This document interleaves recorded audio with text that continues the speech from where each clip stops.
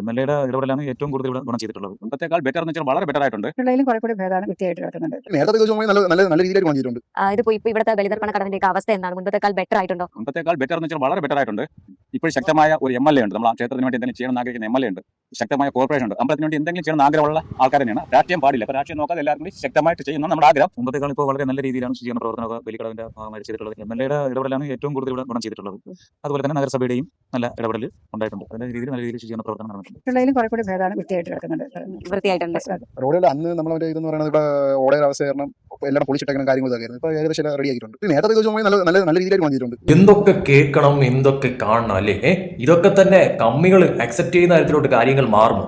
എവിടെന്ന് ജനങ്ങൾ തന്നെ പറയുന്നു, തിരുവനന്തപുരത്തെ ജനങ്ങൾ തന്നെ പറയുന്ന തരത്തിലോട്ട് കാര്യങ്ങൾ മാറിയിരിക്കുന്നു. അവിടുത്തെ MLA രാജീവ് ചന്ദ്രശേഖരെ കുറിച്ചും അതോടൊപ്പം തന്നെ കോർപ്പറേഷനിലെ ഭരണത്തെക്കുറിച്ചും, അതായത് കോർപ്പറേഷൻ ഈ ഒരു ഇന്നലെ നടന്ന കർക്കിടക വാവ് ബലി കഴിഞ്ഞതിന് ശേഷം തിരുവനന്തപുരം നഗരം അവിടെ ബലി നടന്ന സ്ഥലങ്ങളൊക്കെ തന്നെയും വളരെ പെട്ടെന്ന് തന്നെ, അതായത് കഴിഞ്ഞ കോർപ്പറേഷനുകളൊക്കെ തന്നെയും എടുത്ത സമയം പോലും എടുക്കാതെ വളരെ പെട്ടെന്ന് തന്നെ ആ ദിവസം തന്നെ ക്ലീനാക്കി എല്ലാം വളരെ വെടുപ്പാക്കുന്ന തരത്തിലോട്ട് കോർപ്പറേഷന്റെ മുഖേനയും അതോടൊപ്പം തന്നെ MLAയുടെ നിർദ്ദേശപ്രകാരവും കാര്യങ്ങൾ വളരെ തകൃതിയായിട്ട് നടക്കുന്ന ഒരു കാഴ്ചയാണ് നമ്മൾ തിരുവനന്തപുരം നഗരത്തിൽ കണ്ടതെന്ന് പറയുന്നത്. അപ്പോൾ മാറ്റമുണ്ട്, മാറ്റം അനിവാര്യം തന്നെയായിരുന്നു. ആ മാറ്റം ഇപ്പോൾ സംഭവിച്ചുകൊണ്ടിരിക്കുന്നു എന്നുള്ളതും വ്യക്തമാണ്. തിരുവനന്തപുരത്ത് ശരിക്കും പറഞ്ഞാൽ ഇപ്പോൾ എനിക്ക് തോന്നുന്നത് BJPയെ എങ്ങനെയെങ്കിലും കുറ്റം പറയാനായിട്ട് എന്തെങ്കിലുമൊക്കെ ഇങ്ങനെ ബൈനോക്കുലർ വെച്ച് ഇങ്ങനെ നോക്കി നടക്കുവാണ് അവിടുത്തെ കമ്മികളും കൊങ്ങികളും ഒപ്പം കേരളത്തിലെ മാപ്രകളും എന്നുള്ളതാണ് വാസ്തവം. പക്ഷേ അവർക്ക് കിട്ടുന്നില്ല കാര്യങ്ങൾ. എന്തെങ്കിലും ഒരു ചെറിയ പൊട്ട് കിട്ടുമ്പോഴത്തേക്കും അവരത് വാർത്തയാക്കുമെന്ന കാര്യത്തിൽ യാതൊരു സംശയമില്ല. എന്തായാലും അതിന് പോലും ഇട കൊടുക്കാത്ത രീതിയിലോട്ടുള്ള വളരെ വലിയ തോതിലുള്ള പരിശ്രമങ്ങൾ ഈ പറയുന്ന രീതിയിൽ കോർപ്പറേഷന്റെ ഭാഗത്തു നിന്നും അതോടൊപ്പം തന്നെ അവിടുത്തെ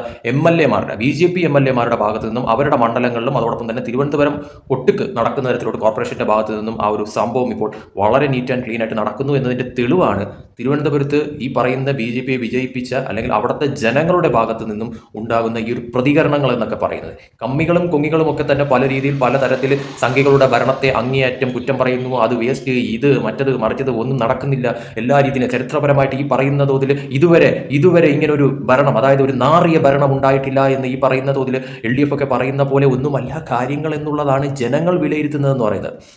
യഥാർത്ഥ ജനങ്ങളുടെ വിലയിരുത്തൽ എന്താണ് എന്നുള്ളതാണ് നമ്മളിപ്പോൾ കേട്ടതെന്ന് പറയുന്നത്. അപ്പോൾ അവർ പറയുന്നത് എന്താണ്?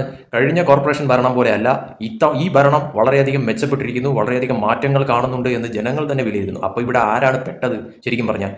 സംഘികളാണോ അതോ കമ്മികളാണോ കൊങ്ങികളാണോ? അപ്പോൾ കണ്ണടച്ചിരുട്ടാക്കാൻ നോക്കരുത്. മാറ്റം കാണുന്നുണ്ട് എന്നുള്ളത് തിരുവനന്തപുരത്ത് ജനങ്ങൾ തന്നെ സമ്മതിക്കുന്നു. ഈ കഴിഞ്ഞ മഴയിൽ തിരുവനന്തപുരം നഗരത്തിൽ വെള്ളക്കെട്ടോ ഒരു തരത്തിലുള്ള പ്രശ്നങ്ങളോ കാര്യങ്ങളോ എന്തെങ്കിലും ഒരു ചെറുതായിട്ടെങ്കിലും ഉണ്ടായിരുന്നെങ്കിൽ തീർച്ചയായിട്ടും കമ്മികളും കൊങ്ങികളും കൂടെ ചേർന്നിട്ട് VV രാജേഷിനെ അടക്കം കോർപ്പറേഷനെ അടക്കം അങ്ങേയറ്റം വിമർശിക്കാനായിട്ട് കാത്തിരുന്നതാണ്. പക്ഷേ ആരെങ്കിലും എന്തെങ്കിലും വാ തുറന്ന് ഈ പറയുന്ന രീതിയിൽ പ്രതിപക്ഷത്തിന്റെ ഭാഗത്തു നിന്ന് അതിനെക്കുറിച്ച് എന്തെങ്കിലും പറയുന്നത് കേട്ടായിരുന്നു? എവിടെ കേൾക്കാനായിട്ട്? എവിടെയെങ്കിലും ആ ഒരു തരത്തിലുള്ള വെള്ളക്കെട്ടോ വെള്ളപ്പൊക്കോ വേണ്ടേ ശരിക്കും പറഞ്ഞാൽ? അപ്പോൾ ഇതിന് മുന്നേയൊക്കെ തന്നെ അങ്ങനെ ഉണ്ടായിരുന്നല്ലോ.